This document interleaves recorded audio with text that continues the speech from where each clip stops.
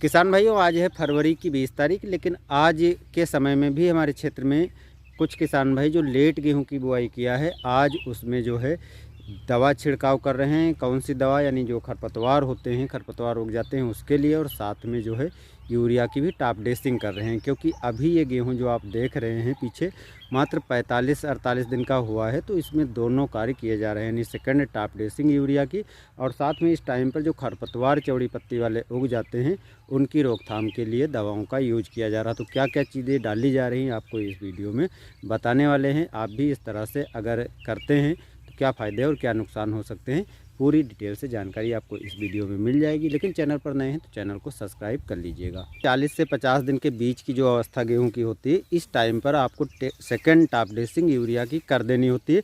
1 एकड़ में आपको 35 से 45 किलोग्राम अलग अलग क्षेत्रों में अलग अलग डोज के हिसाब से डालना रहता है। चूँकि इस खेत में नाइट्रोजन की कमी नज़र आ रही है, पौधे हल्का पीले दिखाई पड़ रहे हैं। इधर तो आपको हरे भरे दिखाई पड़ रहे हैं, लेकिन बीच में देखेंगे तो आपको कुछ पौधे पीले दिखाई पड़ रहे होंगे। जहाँ पर दवा का स्प्रे किया जा रहा है उसके पीछे हम दिखाएंगे वहाँ चल के भी। तो इसमें नाइट्रोजन की टॉप ड्रेसिंग की जा रही है और साथ में जो है दवा को भी स्प्रे किया जा रहा है। अब क्योंकि कुछ किसान भाई पूछते हैं कि अगर हम दवा को स्प्रे कर दें और साथ में यूरिया की बुआई कर दें, या यूरिया को साथ में मिलाकर स्प्रे कर दें, तो क्या किया जा सकता है? तो दोनों को साथ में मिला करके देने से नुकसान हो सकता है, लेकिन आप यूरिया की टॉप ड्रेसिंग कर सकते हैं। यूरिया इसमें टॉप ड्रेसिंग के रूप में यूज की जा रही है। वो यूरिया बड़ा दाना जो आता है, इस तरह का मोटा दाना, ये यूरिया डाली जा रही है। सिंचाई के हुए 8 दिन हो गए हैं और इसके बाद अब इसमें दूसरी टॉप ड्रेसिंग यूरिया की जा रही है।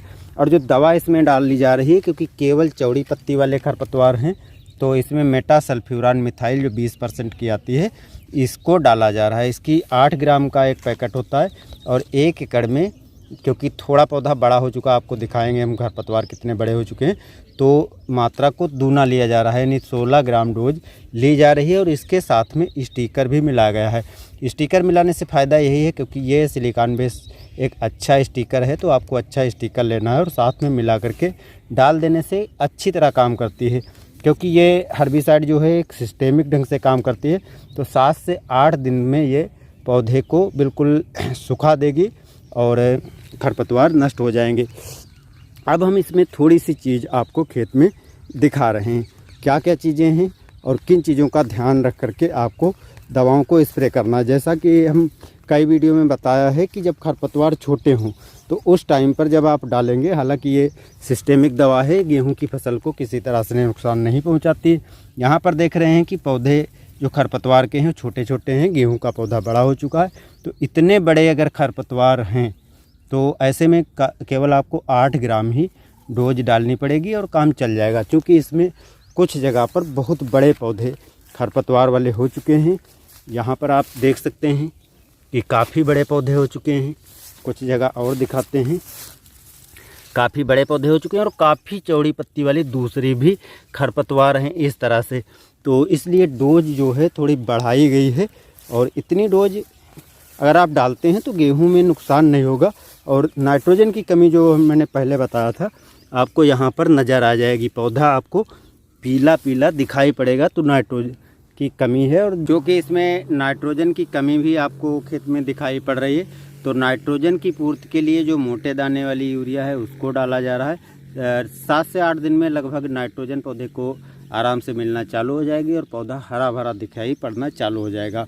वहीं पर जो सिस्टेमिक हर्बिसाइड का यूज किया जा रहा है, तो लगभग ये 7 से 8 दिन के अंदर अंदर अच्छी तरह से खरपतवार को नष्ट कर देगी, और उसके बाद जो पौधे को नाइट्रोजन की मात्रा है वो आराम से मिलना चालू हो जाएगी। तो दोनों काम इस तरह से एक साथ आप भी कर सकते हैं। लेकिन अगर आप स्प्रे करना चाहते हैं, जैसे नाइट्रोजन की घोल तैयार करके साथ में मिलाना चाहते हैं, तो वो सिस्टम ठीक नहीं है। क्योंकि उसमें जो है हर्बिसाइड और अगर यूरिया साथ में मिला रहे हैं तो अच्छी तरह काम नहीं कर पाते हैं, क्योंकि वो खरपतवार तो दूर होंगे और उसके साथ साथ जो आपने उर्वरक भी साथ में मिला कर दे रहे हैं, तो इतने अच्छे से कंट्रोल नहीं हो पाता है। हालांकि थोड़ी मात्रा अगर आप यूरिया की डालते हो तो और भी बेहतर ढंग से खरपतवार को कंट्रोल कर लेता है। तो अगर चौड़ी पत्ती वाले खरपतवार हैं तो जो मेटासल्फ्यूरान मिथाइल 20% की है, आप इसको यूज कीजिए और काफ़ी अच्छी तरह से काम कर लेती है। स्टिकर ज़रूर मिलाइए और आप देख सकते हैं कि इसमें पर्याप्त नमी है, तो इस तरह से नमी भी आपको ध्यान रखना ज़रूरी है, क्योंकि लेट गेहूं बुआई किया गया तो सभी काम आपको जल्दी जल्दी करने रहेंगे। और उम्मीद करता हूं कि आपको ये जानकारी पसंद आई होगी। और अगर आपके खेत में भी इस तरह के खरपतवार हैं तो आप कौन सी दवा डालते हैं कमेंट में ज़रूर बताइए, और उसके कैसे रिजल्ट रहते हैं ये भी बताना मत भूलिएगा। चैनल पर नए हैं, चैनल को सब्सक्राइब कर लीजिएगा। धन्यवाद।